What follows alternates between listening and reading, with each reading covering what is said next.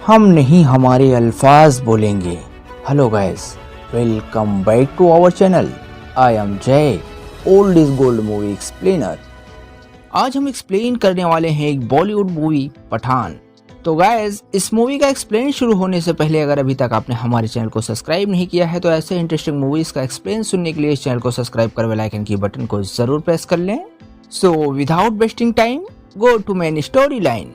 तो इस मूवी की स्टोरी शुरू होती है 5 अगस्त 2019 में। जगह होती है पाकिस्तान। तो हम देखते हैं कि वहाँ के जनरल कादर जब अपनी डॉक्टरी जांच करवाने पहुँचता है तो उसे पता चलता है कि उसे कैंसर है, और साथ में डॉक्टर ये भी बताता है कि उसकी जिंदगी का सिर्फ 3 साल का वक्त बचा है। तभी टीवी पर न्यूज आ रही थी कि हिंदुस्तान में आर्टिकल 370 कैंसिल कर दिया गया है। तभी वो डॉक्टर कहता है कि ये तो सरासर पागलपन है, और तभी वो जनरल कहता है कि अब तो जंग होगी, हिंदुस्तान ने खुद अपने पैरों पर कुल्हाड़ी मार ली है। और तभी वो जनरल कादर किसी तीसरी पार्टी को कॉल करता है जो एक टेररिस्ट ऑर्गेनाइजेशन है जो सिर्फ पैसों के लिए काम करता है, जिसका नाम है आउटफिक्स एक्ट। यानी उस ऑर्गेनाइजेशन का जो हेड है उसका नाम है जिम, जिसका रोल निभाया है जॉन अब्राहम ने। तभी वो जनरल जिम से कहता है कि हिंदुस्तान को बर्बाद कर दो। तभी जिम कहता है कि एक बार फिर से सोच के बोलो जनरल, क्योंकि बंदूक से निकली गोली कभी वापस नहीं आती। तब वो जनरल कहता है कि वक्त कितना भी लगे पर कदम वापस नहीं लेना। उसके बाद ये मूवी एक टाइम जंप लेती है। तब हम 3 साल के बाद की सीन देखते हैं जहां अफ्रीका के एक कंट्री में कुछ आतंकवादी अपने इनलीगल वेपन को सप्लाई करते रहते हैं। तभी एक शख्स जिसका नाम है राफे, वो उन आतंकियों के पास एक मिसाइल लेने आता है। जो मिसाइल इतनी ज्यादा खतरनाक होती है कि वो जिस देश पर गिरेगी उसका नाम और निशान मिट सकता है। उसकी खासियत ये है कि उसे रडार भी नहीं पकड़ सकती। और तभी उस डीलर के पास उसका खास आदमी आकर बताता है कि उसे ढूंढता हुआ कोई एक आदमी आया है, पर वो उसको कोई नुकसान नहीं पहुंचा सकता क्योंकि अब वो इन लोगों के कब्जे में है। तभी हम उस आदमी को देखते हैं जिसका चेहरा उसके बालों से ढका होता है, और इस डीलर के सभी आदमी मिलकर उस बेचारे को लात घुसे की मशीन में डालकर उसकी मरम्मत कर रहे थे। लेकिन इतने लात घुसे खाने के बाद भी वो आदमी अपनी जबान नहीं खोलता, और तभी वो अपने चेहरे से अपना बाल हटाता है। तब हम जान पाते हैं कि ये तो कोई और नहीं बल्कि अपना किंग खान है, यानी पठान। तब राफे पठान से पूछता है कि आखिर तुम जिंदा कैसे हो, तुम्हें तो 2 साल पहले ही जिम ने मार दिया था। पर हम देखते हैं कि पठान का यूं खामोश रहना एक चाल थी, क्योंकि उसने तो पहले ही अपने हाथों से बंधी हुई रस्सी को खोल लिया था। तभी पठान ने वहां पर मौजूद सभी आतंकियों को मार दिया, और अब उस शख्स से सिर्फ एक ही बात पूछता है कि रुबई कहाँ है। तभी वहां मौजूद और भी लोग पहुंच जाते हैं, लेकिन पठान उन्हें भी मारते हुए हेलीकॉप्टर लेकर और उसी हेलीकॉप्टर में राफे को बांधकर उस हेलीकॉप्टर में लगी मशीन गन से धुआंधार गोलियों की बारिश करते हुए पठान चला जाता है। मतलब यहाँ पर पठान का वो डायलॉग काफी सूट करता है कि पठान तो आया था लेकिन अपने साथ पटाखे भी लाया था। उसके बाद सीन शिफ्ट होती है दिल्ली में, जहाँ हम इस ऑपरेशन के लीडर को देखते हैं जिसे सिर्फ मेम कहा जाता है, जिसका रोल निभाया है डिम्पल कबाड़िया ने। जहाँ इनको अपने सैटेलाइट से ये पता चलता है कि रुबई फ्रांस के एक रेलवे स्टेशन पर दिख गई है, और जब वो इस स्टेशन के एग्जिट गेट से निकल रही थी तभी उसकी फोटो कैप्चर हो गई थी।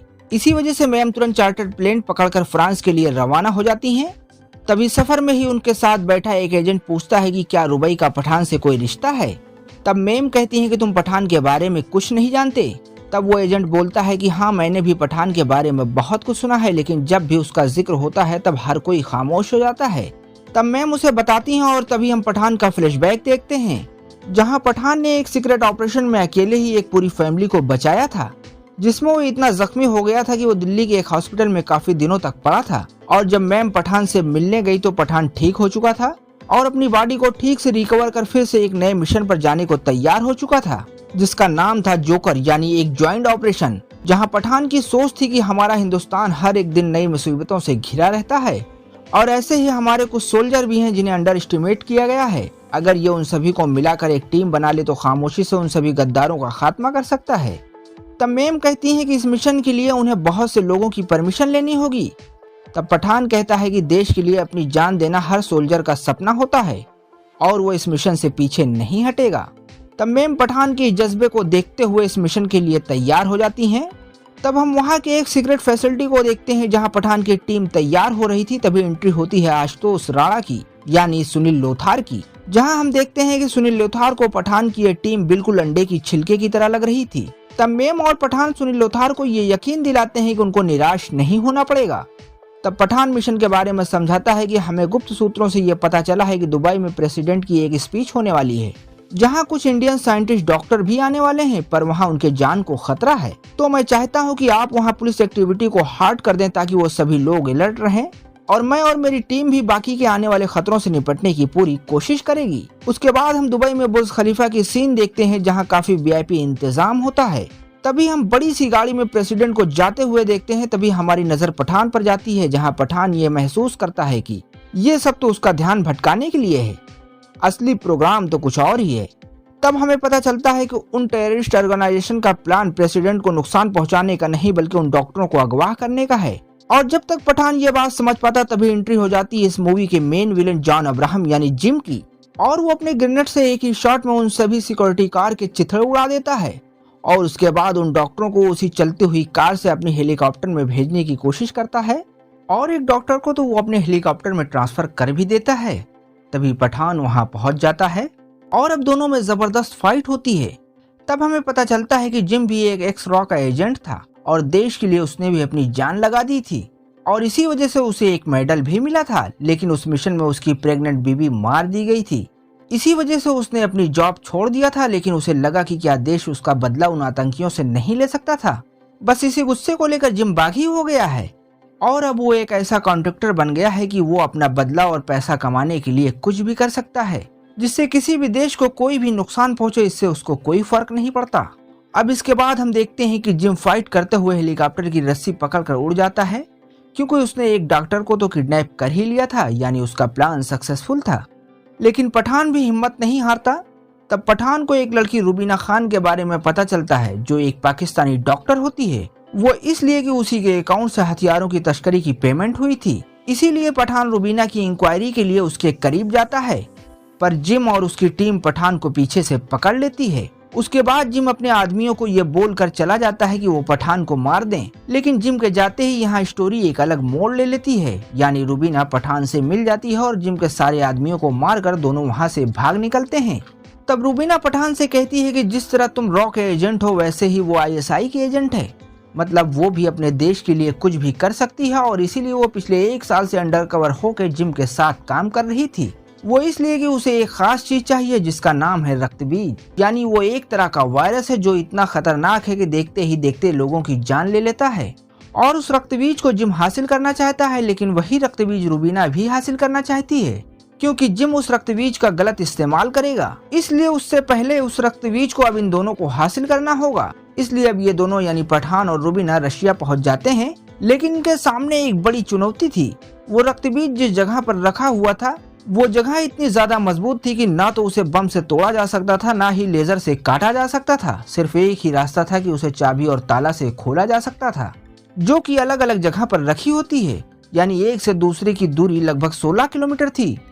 और उससे भी बड़ी चुनौती ये थी कि वो दोनों ताला चाबी लेने के 10 मिनट के अंदर ही उस रक्तबीज को निकालना था। इसलिए पठान रुबीना को भेज देता है उस ताले वाले रशियन के पास, जो एक बेहद ठरकी इंसान था।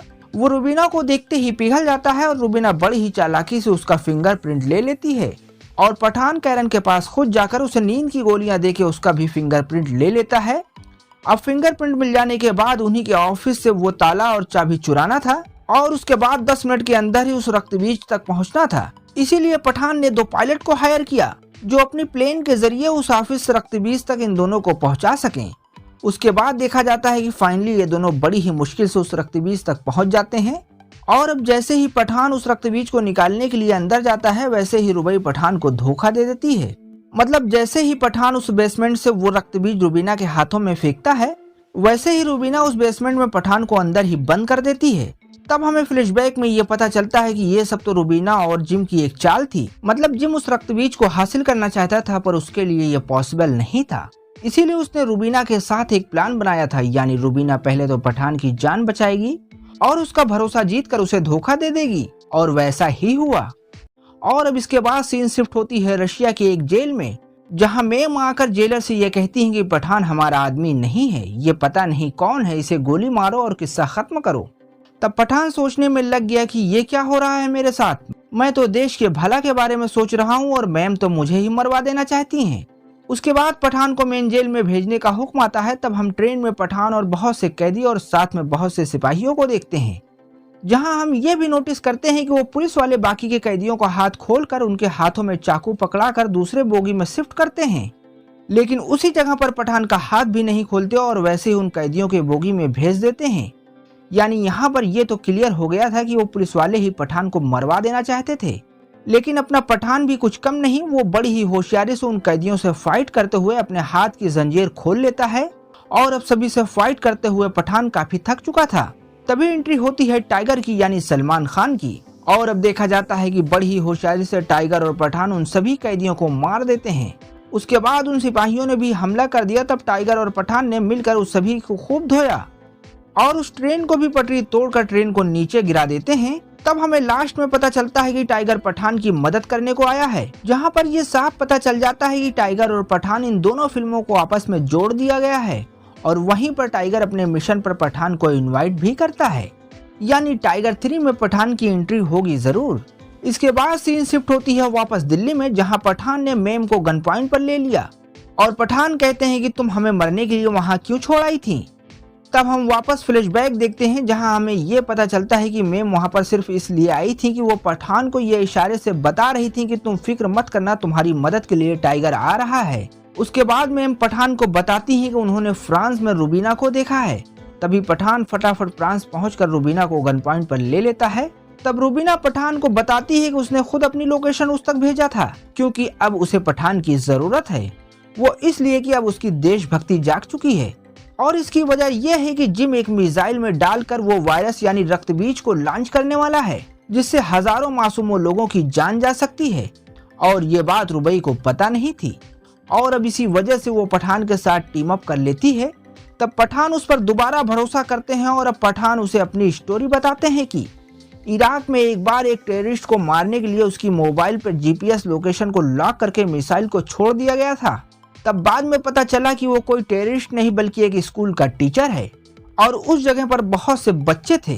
तो पठान ने फटाफट उस जगह को जल्दी से जल्दी खाली करवा लिया, पर फिर भी वहां पर कुछ बच्चे रह गए थे और अब सिर्फ 1 ही मिनट बचा था। तभी पठान ने बड़ी ही दिलेरी से उस इंसान का मोबाइल लेकर उसे आसमान में फेंक दिया।